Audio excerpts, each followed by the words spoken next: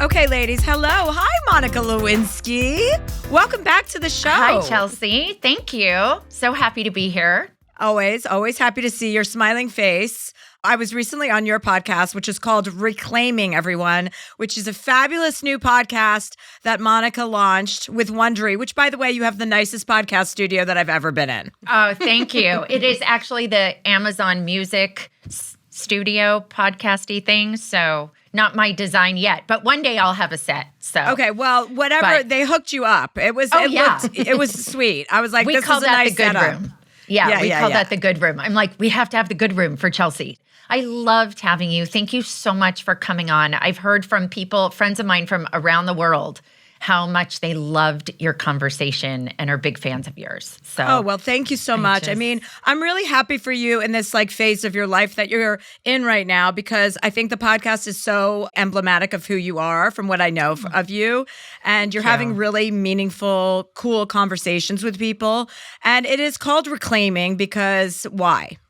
So in many ways, it's both personal to me, and I think the way that I see the world in the sense of the kind of narrow definition of reclaiming is to get back something that was lost or taken from you.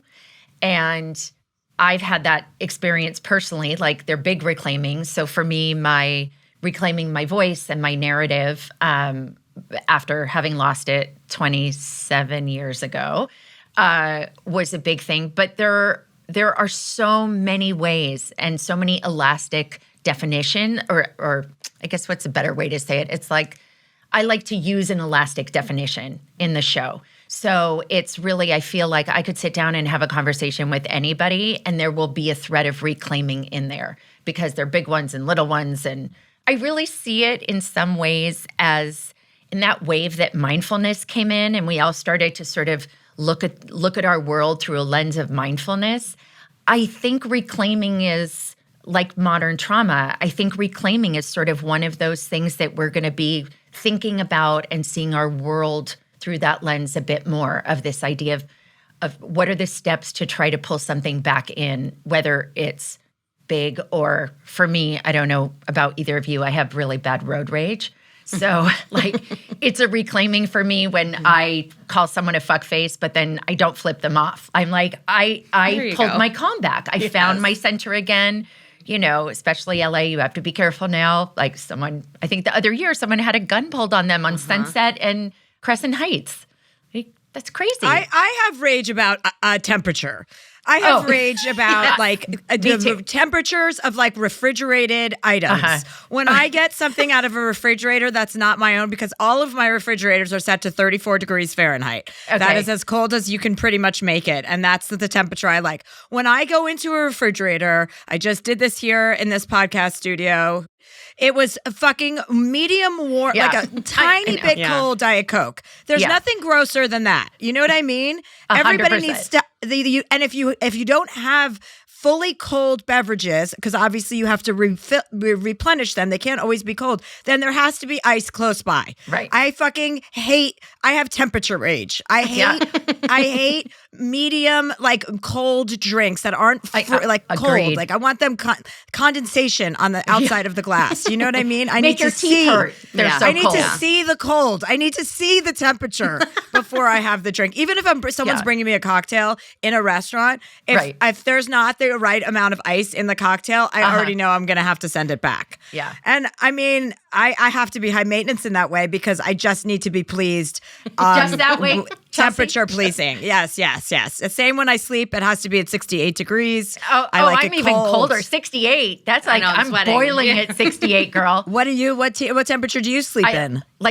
30 is what I would like. Yeah. That's what I would like. Yeah, but I mean, as cold as I can have it, I like bundled cold up. With blankets. Lots of blankets. Yeah. When I'm in Whistler, sometimes even in the dead of winter, I will open the windoes in the upstairs, part of the house so that I am freezing. And then I wake up in the middle of the night to pee and I'm in my bra and underwear and I'm like, but then I get back into that cold, that little den, that snuggle den. And I just love wrapping myself up in lots of blankets. Yeah.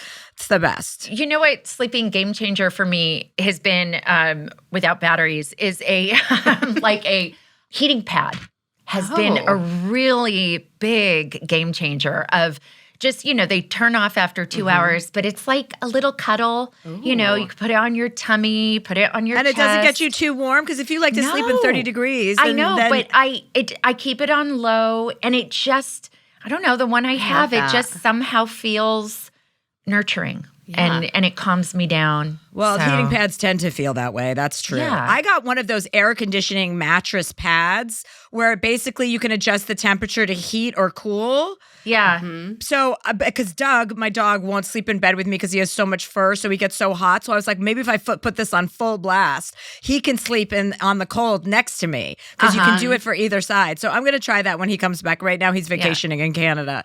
So once I retrieve, I know Doug is a jet setter. He's trying to smooth things over with Canada while we were fighting with that. Well, he did very well with the election. So Thank you. Thank you so much. Thank you, Doug. It's so funny you mentioned that, though, because I've never heard of that air conditioning mattress thing, and someone just mentioned it last night to me. Oh my gosh. I feel like the universe is telling me to get one. Well, they have those fans that, go right under your covers and, blow right at you. I haven't tried one of those, but I'm like, I think maybe I need one of those. A fan under your covers? How does that work? It's, got a little nose that goes under your covers, and then... Yeah. Oh, I have a ceiling fan, so that helps me too. I need a ceiling fan on. I need multiple. I need rain machine, my sound machine on my phone. Then I need an overhead ceiling fan, and then I need air conditioning or a window open. Right. Yeah. That sounds pretty good. Mm-hmm. What do you fall asleep to? Do you listen to a noise machine at all? No. What's funny is so my niece and nephew have now started sleeping over, and they have they use a sound machine. And I can't sleep with the sound machine. Dang. I don't know what's wrong with me. So what are you doing? Putting on Beats headphones when you go to sleep? No, I basically sleep for 20 minutes and then wake up panicked anyway. Is everybody okay? No. Is everyone still sleeping? Are they still in bed?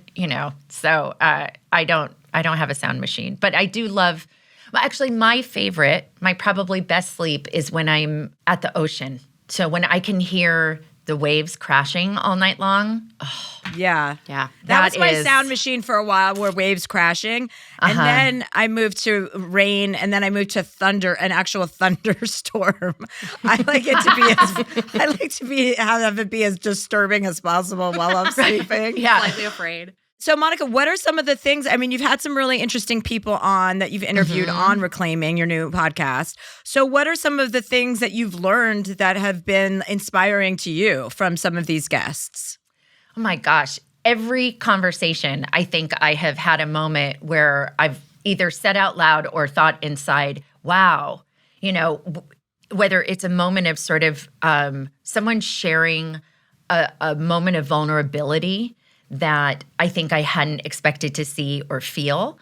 I interviewed someone yesterday who told me a story of how they had torn a muscle performing on stage, and there was an article the next day saying they were drunk on stage. Oh my God. Instead of even understanding that she was in pain from, and so those kinds of stories that people have to, even though that doesn't sound like a quote unquote reclaiming story, they're part of these, I think, bigger narratives that we're seeing of what people go through and how they just sort of get back up the next day, and move through something. So I'm not sure that I haven't had enough coffee yet. But, No. I understand. I mean, it's a broad question, and it's hard to always pinpoint everything. Right. But it is an interesting medium to kind of be in, right? Interviewing people.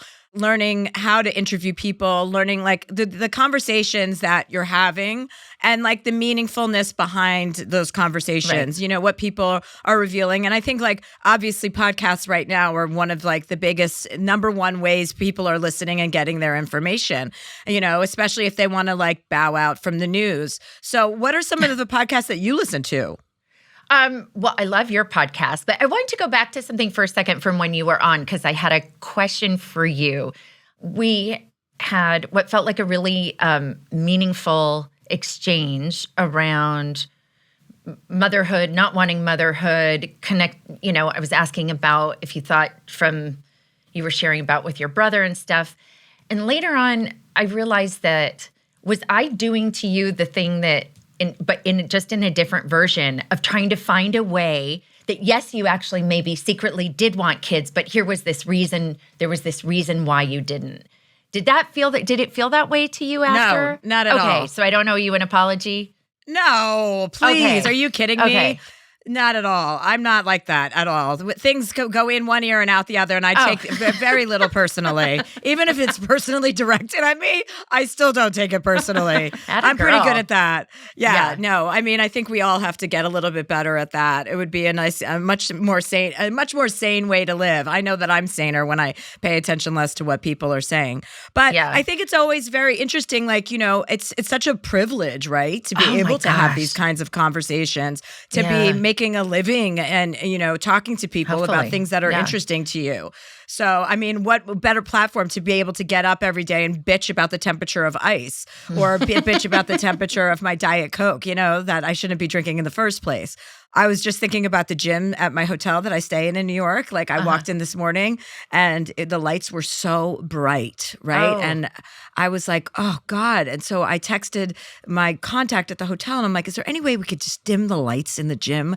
Like it's part of there's a hotel part and then there's a residency part. Okay. And they're like, so it's used for both, right? And I was like, it's just very fluorescent and very early. It's like, I don't think anybody likes this. And there's like 15 people in the gym, and the manager texted me back. She goes, actually, we've had requests to turn the light up. And I'm like, well, is there a time where I can go in where the fucking light is off? Like these are the things that I'm sitting here. And I was like, I can't wait to get on a podcast today and bitch about all these things. I always forget. And I want to know who's with me and who's not with me. So I thank you for the audience today, Monica, because you get to hear this. I'm with you, girl. I am with you. It's so funny because I was just it's probably a big overshare, but I don't know why I was randomly thinking about someone I had dated a long time ago. Then we reconnected after probably like he'd been married and had kids and everything in between. And it was great because the tables had sort of turned where I was kind of more into him before and now he was more into me on this date. And we ended up, spending part of the night together. And when he was leaving, I was like, oh, I'm going to do that confident girl thing where I'm going to like walk him to the door naked. And I totally forgot that the lighting in the entryway in this little studio I was living in New York at the time was terrible. Horrendous.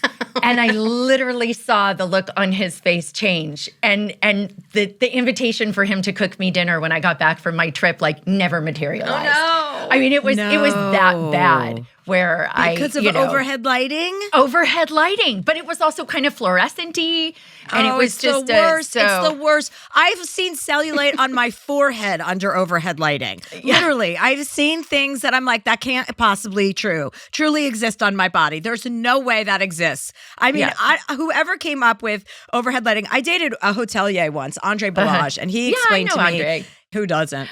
He explained to me I mean, he's a sprezzatura, a tastemaker. He knows how to make every place really warm and like, he makes like good hangout spots. But he explained to me why you never have overhead lighting in any house unless it's a chandelier. You always have side lighting, side lighting. So at my new house, there's very little overhead lighting. It's all on the side. Oh, interesting. Yeah, I was told if you have overhead lighting that the light needs to go up, that there sort of the sconce needs to kind of hold the bulb in a way that it doesn't. So it's not putting down like a can light. It's like exactly. Or it's diffused somehow. That's a really disappointing story, though, that you just shared from someone. I mean, that really sucks.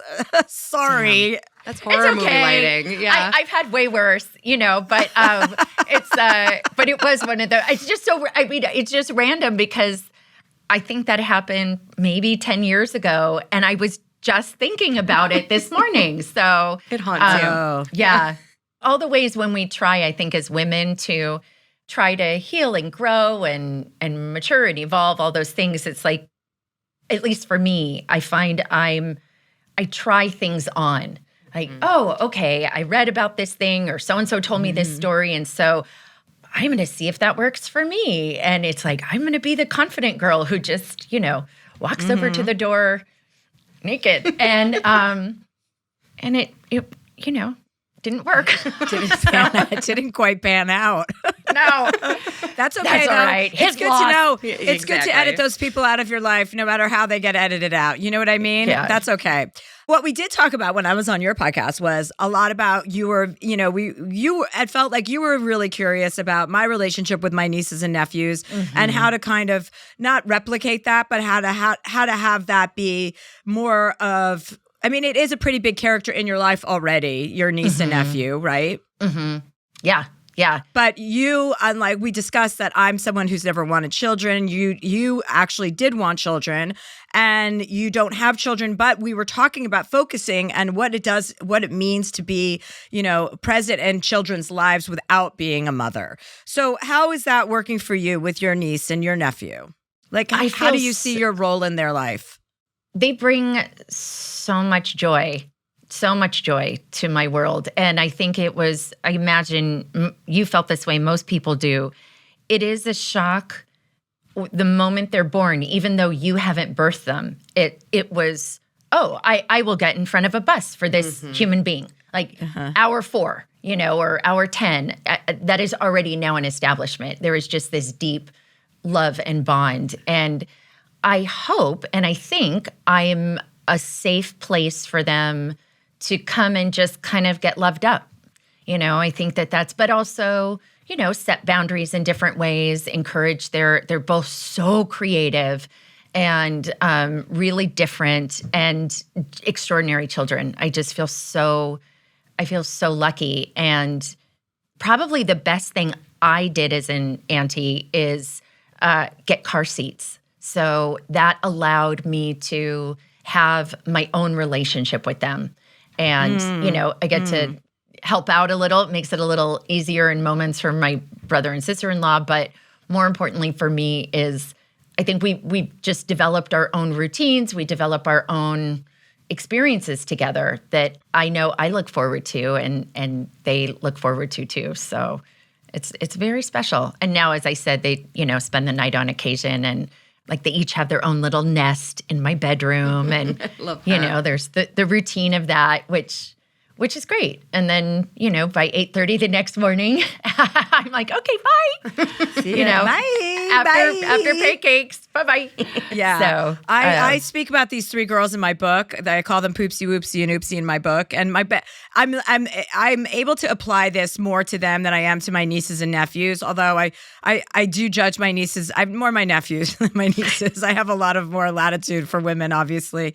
But I really think like the lack of judgment, I think is such an important thing to bring to the table with relationship to children so that they can come to you with anything. And I know in my experience with the 3 girls that are in my life that I talk about in my last book, they will and have told me they feel, like they will tell me anything, whether it's drug related, guy related, sex related, they will come to me with anything. And for some reason, I'm able to reserve judgment with regard to these 3 people in my life.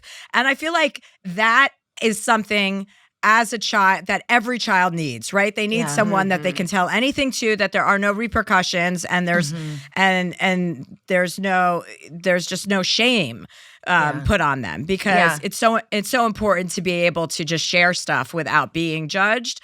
And I'm a pretty judgmental person. Like I have to work very hard on my judgment. I judge people all the time. So when I can really, like one of them said to me, she wrote me this birthday thing and said, "Oh, it's so funny. I could tell you anything. I could tell I know I could." She calls me father. She goes, "I know I could tell my father anything. I always tell you, there's no judgment, blah blah blah." And it just made me feel like, oh, that is okay. That's something to focus on. Something that's been pointed out, and I want to get better at that with all of my relationships, children and adults. Yeah. I mean, I've always had a very close relationship with one of my aunts, my mom's sister, my Aunt Debbie. And in fact, when I was in my early 20s and was needed to get a termination procedure or an abortion, however you want to call it, I told her before I told my mom. I didn't tell my mom until the night before. But my aunt felt like that safe space between a sister and a mom. Yeah. And I've had different relationships. I have 2 other aunts, one of whom passed away, but that I've had, different relationships with and more feel connected to both of them through aspects of myself that I see in myself, the artistic. One is an artist, and the one who passed made jewelry. And so I think that I see parts of them in me from that, and in my formative memories from my formative years too. Did you have aunts growing up? Yeah, Chelsea? I have an aunt that I'm pretty close to. She lives in California. I have a whole set of cousins that live in LA. So I'm very close with that side of my family. And my aunt is she's who I lived with when I moved out here when I was 19 years old, and told me that I would have to lose weight if I ever wanted to become famous. And she denied that she ever said those words. And then we found it on an act. I would say a year after year after year after I became successful, I'd be like, see, you told me that I had to lose weight if I ever wanted to become famous. She goes, I never said that. I never said that. And then we found the actual footage on video of her saying it to me. And my cousin Molly put it together and sent it on our family thread and was like, here, Mom, this is exactly what you said to Chelsea, by the way. The receipts. Exactly. I was like, yes, you fucking said it. Yeah, it's just, but I think there is something too about the way aunts, like I think about when I was in 10th grade and I wanted Doc Martens, and people weren't really wearing Doc Martens very much yet. And I wanted to wear them with dresses, and people weren't really doing that yet. And even my mom was like, there's no way I'm buying you those shoes. And my aunt, took me and bought me the shoes on Melrose. You know, I remember. And so she just had a way of, and has a way still, we're still really close. I stay with her often when I'm in New York, and, it's fun. It's great. But, I think just the different ways that I think she would see me, and also stretch those boundaries a bit. I saw my first R-rated film with her. So it was best little whorehouse in Texas. Yeah, that is a special relationship. I remember growing. I had one uncle. I had a couple great uncles too, actually. But yeah, it is a very special relationship because I think about my nieces and nephews, and they all have two aunts between my sisters, the three of us. And we're all so different. We all provide something completely different. And on that note, we're going to take a break, and we'll be right back with Monica Lewinsky. And we're back. We're back with Monica Lewinsky. We're going to take some emails or callers. Catherine, what do we have? We actually have 3 callers, so we're going to try and get to all 3 of them today. And then if we have 2 extra minutes, I have a quickie at the end, just an email. So our first caller is Jules, and she is in D.C. She says, Dear Chelsea, thank you for all you do, your advocacy, and your light. Seeing you at the Kennedy Center will always be one of my highlights. I'm a federal government employee, and it's really tough right now. I have lots of anger, uncertainty, and resentment toward the current administration, my agency's leadership, Americans who voted for what's happening right now, and those who are misinformed about how awful it really is. I literally cannot escape the news cycle. As I live in D.C., I work for the government, and since my agency leadership has been silent, the news and Reddit are the only ways to learn what's happening in my future. I'm tired all the time from my new commute, thanks to the return to office mandate. I feel like I'm bleeding money because of all these extra costs I didn't expect, gas, lunches, dog walker, and on top of it all, we've been told that, quote, no one is safe from a reduction in force.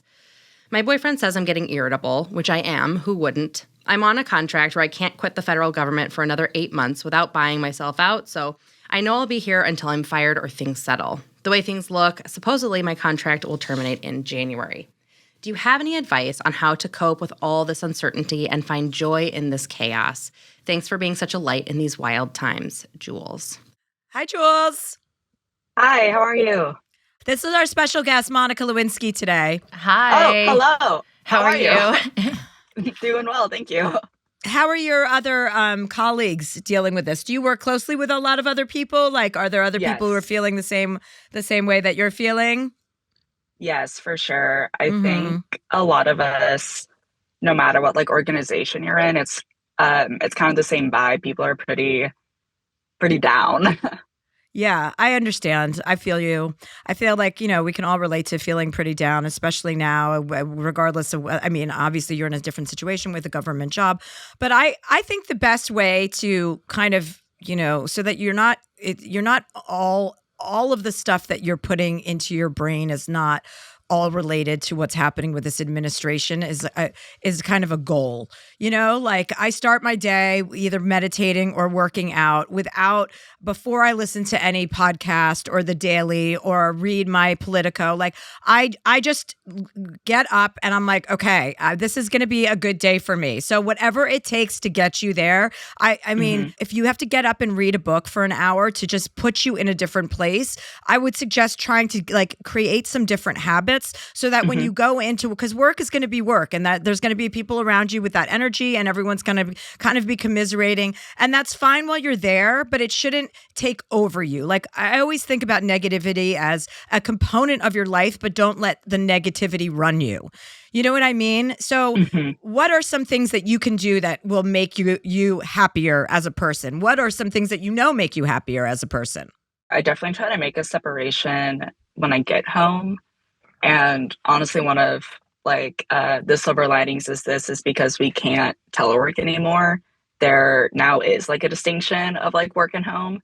So when I do get home, since I can't work, I do a workout, try to get my mind off things to like have a reset, do like walks, things like that. So I do appreciate that. I feel like I was in just like a slump, especially for the first, month where I was just like kind of in my own like little cave.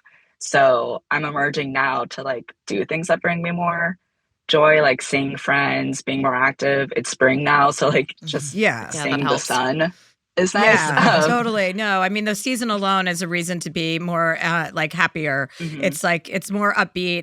Everything you're saying is great. I think you should really like do that for yourself as an assignment.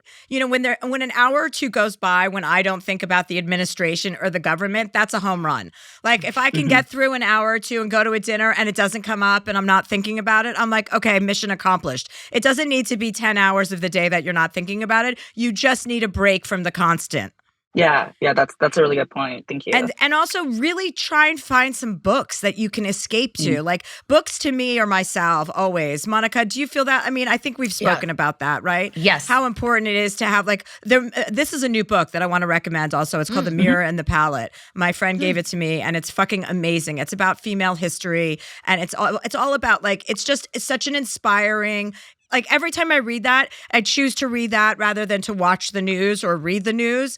I give myself an hour a day to read a book. And since this administration began, when I started to get really just immersed in it, I was like, okay, you have to do something differently. And that's why I decided to do that every day. I'm like, I have to read for 1 hour every day. I'm not on my phone. I want to think about something else. I want to have my brain stimulated in a different way.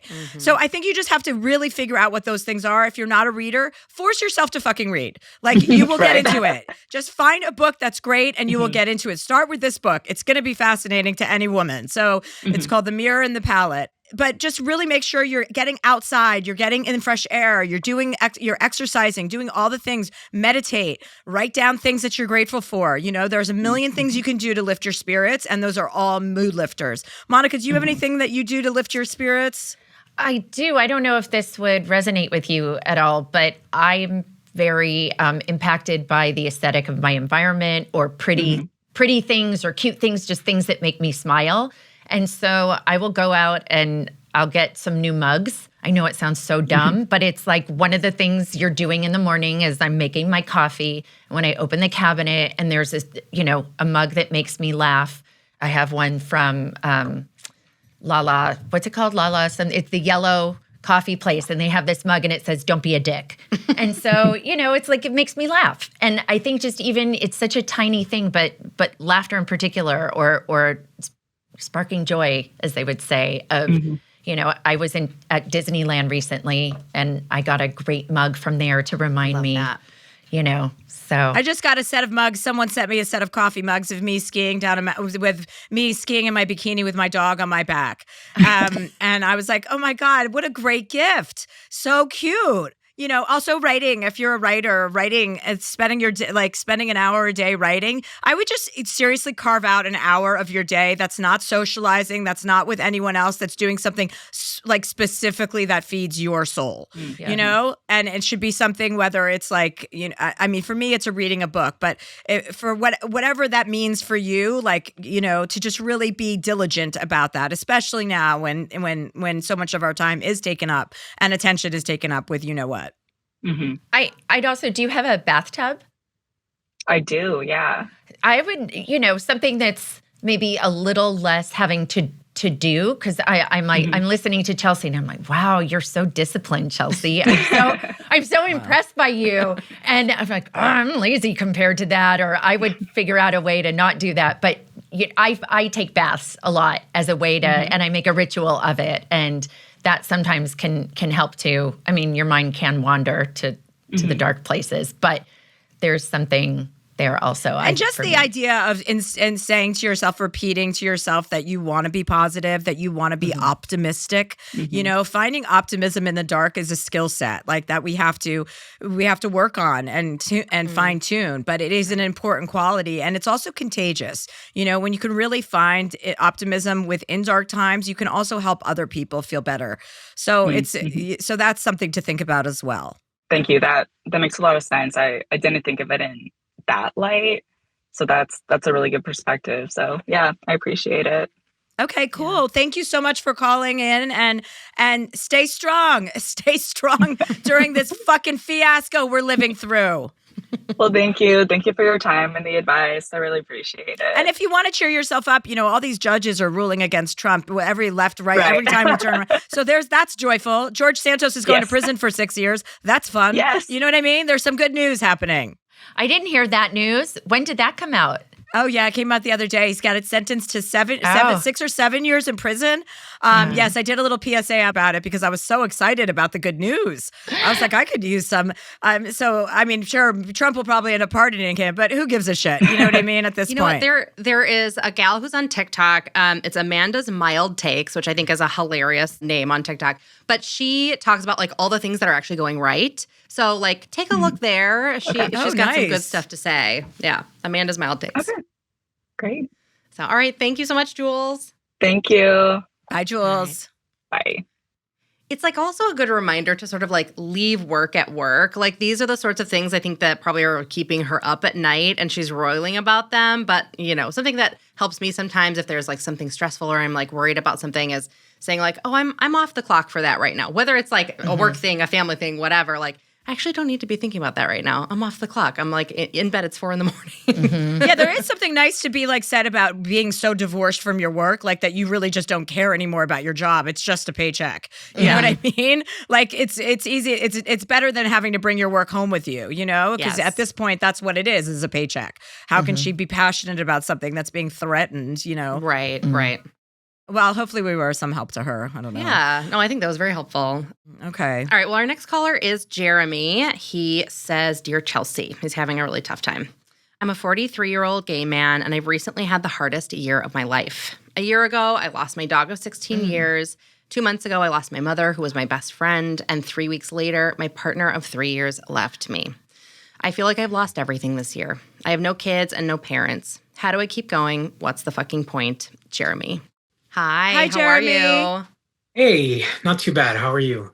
Oh, hi. This is our special guest, Monica Lewinsky's here with us today. Hi, Jeremy. Monica, hi. Hi. I'm so sorry to hear about all of the things that you've lost. Thank you. While you want to honor, obviously, losing your mother, losing your dog, losing your relationship, but I would say, you got a good run out of that dog for 16 years. I agree. That's pretty incredible. Yeah. And how old was your mom when she passed away? She was only 65. Ooh, so she was that's young, on the younger side. Okay. Yeah. And were you able to be with her when she died? No, and I think that's the hardest thing for me. Uh-huh. Is not being able to say goodbye. Right. Okay. Well, on that front, everything you're describing with what's happening, I know you probably feel, I know how you feel because you just said it in your letter. But I want you to think about this as like a rebirth. You know what I mean? Monica has a podcast called Reclaiming. We've been talking a little bit about reclaiming before we got on the phone with you. And anytime something like this happens where there's a run of events in your life that leave you feeling more and more alone, I truly believe it is a sign for you to wake up and have a rebirth and reclaiming your life. And it doesn't feel like that you want to do that right now, but that's what this opportunity is. Like you're at not your rock bottom, because I don't really like that term, but I know that's how you probably feel. Is that an accurate assessment? Yeah, it's pretty accurate. Yeah, and I want to tell you, this is not like this is a huge opportunity for you to grow and for you to heal and for you to grieve. And all of those things can happen at the same time. Yeah. And so what are you doing to take care of yourself during this situation, during this time? And like, how are you getting through? Do you have a therapist? Like, what's your process? Okay. Yeah. I've been meeting with my therapist. I've been connecting with the nature as much as possible, which seems to be helping. I'm going to Greece in a week for 2 weeks. Oh, great. Awesome. That's really really great. awesome. So I'm trying. I'm trying. It's just you have these moments where you just feel so lost and empty, without my mom. That's the hardest part. Well, I also want you to I want you to look at your mother in a different way. Like your mother's energy is not gone. Your mother's energy is around you. You feel free to speak to her, feel free to talk to her, feel free to know that she's coming to Greece with you. You know what I mean? Engage with her like she's around you, because she is. I firmly believe that. I didn't feel my mother's presence. I felt my mother's presence more after she died than I did when she was alive, when we were separated, like when I was living in LA and New Jersey. Like I cultivated a relationship with her when she died that has been so meaningful to me, and you can do the same exact thing.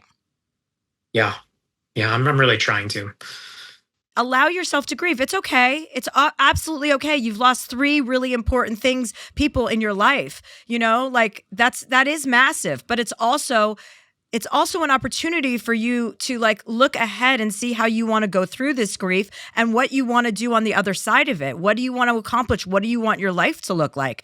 Can you answer a couple of those questions? Yeah. I mean, I want to be in a loving relationship. I want to travel more. You're already doing that by going to Greece for 2 weeks. Yeah. One of the things I didn't tell you too is, my mom had a couple strokes that left her paralyzed for the past 8 years. And I was also her caretaker, which I think was also hard for me because, I don't have children and I don't want children. And it was like the universe gave me a child taking care of my mom. And I'm so grateful I had that time with her for the past 8 years. But yeah, that was hard too. Was, that's also a huge loss, taking care of somebody for that long. And now I don't have that either.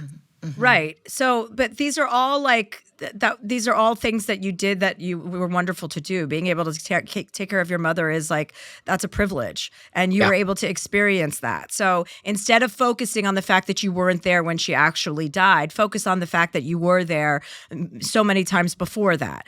And saying goodbye doesn't mean anything, because you necessarily don't need to you don't necessarily need to say goodbye if you subscribe to the theory that she's around you and she's with you. You know what I mean? Say hello and bring her with you. Talk to her all day long, especially during this breakup that you're experiencing. Like, you can talk to your mother about this, and assume that she's listening, because I really believe she is. And know that this is a period of time in your life and this is not permanent. Yeah. You're right. You're absolutely right. This is a transition.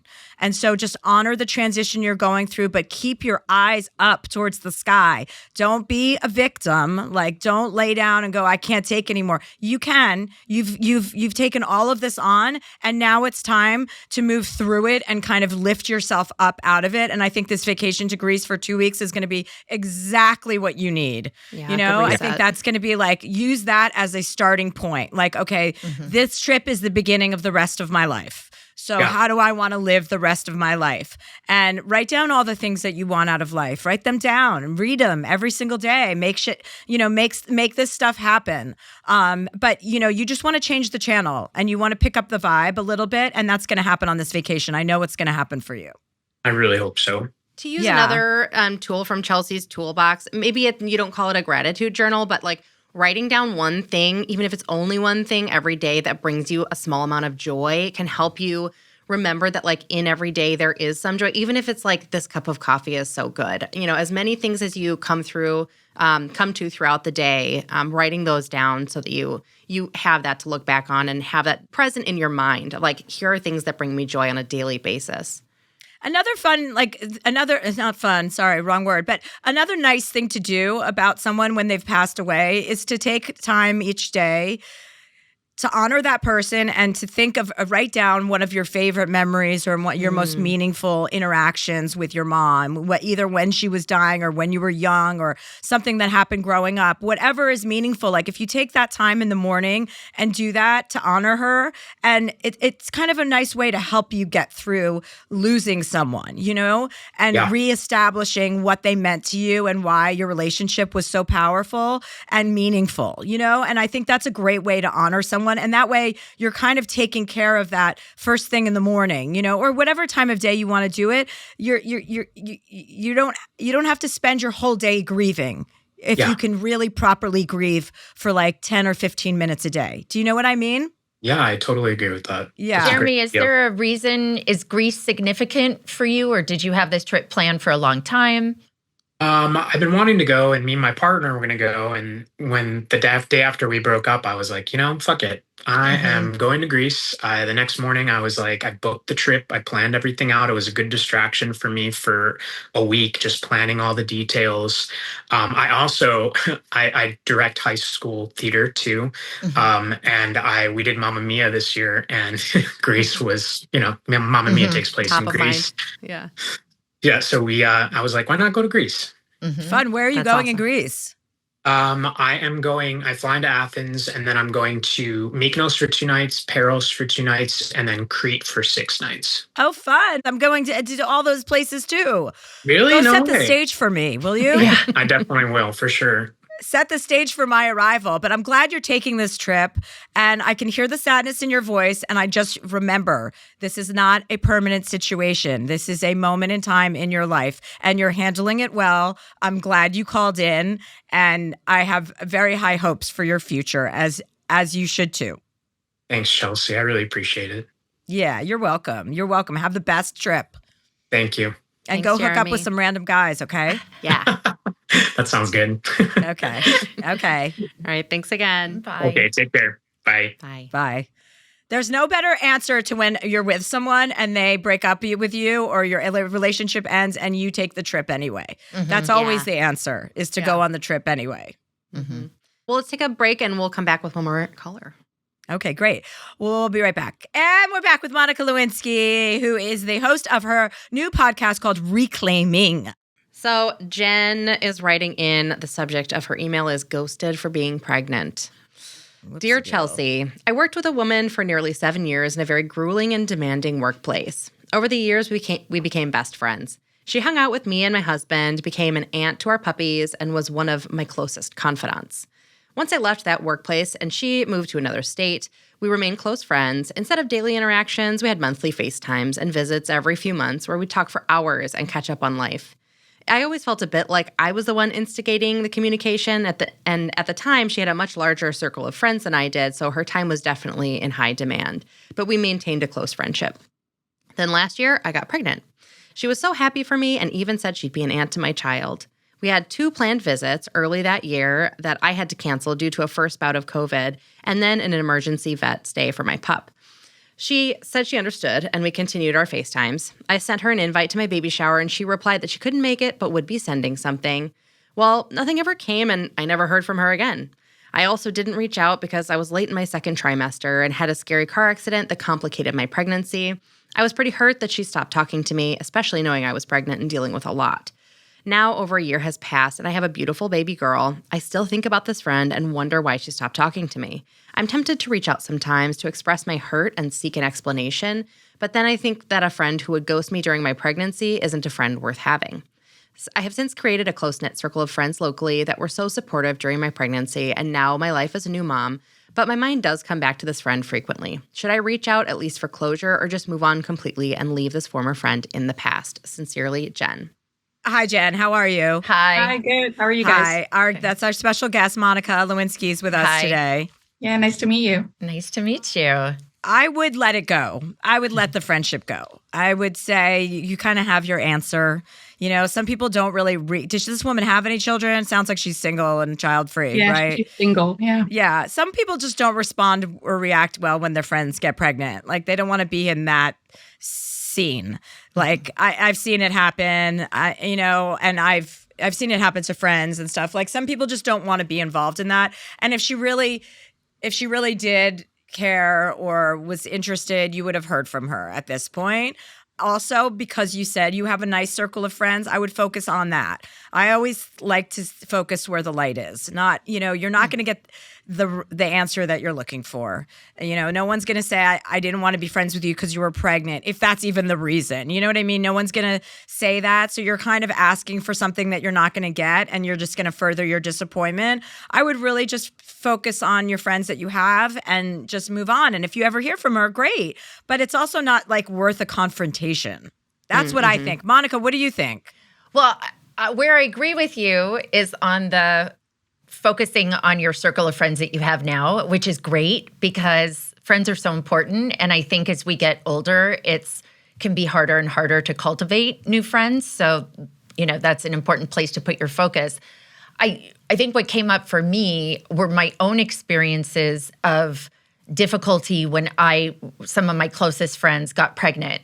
And not that I necessarily disappeared, but what it meant to be confronted with watching someone I cared about get something that I didn't have and that I really wanted, and that watching someone's life move forward. And so what I kind of wanted to interject into this is maybe holding some space for what she might be experiencing, because it may have, and I know you're hurt, I hear that's what you're saying. You clearly really care still about this person because you took the time to write this note, Right. even to write the note. And so I wonder what happens if you just sort of open it up about not to dismiss your feelings of having been hurt by what happened, but by opening the perspective of if you try to step into maybe a little bit of compassion for her. And maybe I don't know this person. Maybe she's not very self-aware. Maybe she isn't in therapy. I don't know. So I don't know how much she might be able to see her own behavior as connected to that. Good point, Monica. Very good point. I forgot about that. So it just because I've been that person. I don't know that I ghosted someone per se, but I certainly pulled back, and sometimes it even felt embarrassing. Like I couldn't even say to that person, well, I'm jealous. That's all. I'm happy for you, but I'm jealous. And so I also feel like it could just be, with the couple of canceled, visits, maybe she felt like, oh, maybe Jen doesn't have enough time for me at this point in her life. I almost feel like you said, maybe she's not super self-aware. I could see myself in this position, just not having reached out and not realizing the hurt that I had caused, So maybe if you do reach out, I wouldn't necessarily assume that she's upset with you or doesn't want to talk to you ever again. If you do feel like you need to reach out, I would just kind of, be cheerful and say, hey, and how are you? maybe for her birthday. Oh, that's a good Right, without saying where, that Where have you're you hurt been? from something Right. a year ago. Just reach out in a general, friendly way. Like, hey, I was thinking about you. How are you? What's going on? Yeah. That's kind of more, I don't know about everyone else here, but and I don't know how old you are. You look quite young. But I'm 51. And at this point in my life, I've now had friendships that ebb and flow. And I've had everything across the spectrum from you sort of have to have the conversation in order to move forward. And also one of my closest friends right now, we had a year or two where we didn't talk. And my perspective of whatever it was, her perspective, we've never really even had a long conversation about it. Like we just re-met each other in new spaces as evolved people. And so I think all those things are possible. The older you get, you just realize these things ebb and flow. And Yeah, no, that's helpful. I think I am curious, and also at the time it was such a meaningful friendship. Now that I have so much, my life is so full, it's just overflowing with good things. I don't necessarily feel like it has to be that same thing if we were to reconnect. It doesn't need to be this huge, tremendous, meaningful friendship. But there is still value and care there for me.